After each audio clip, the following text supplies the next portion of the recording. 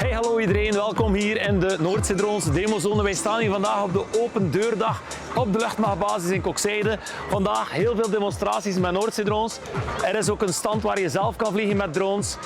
En je kan heel wat informatie krijgen over de drones hier vandaag. En natuurlijk nog heel wat andere zaken te beleven. Maar we nemen jullie mee.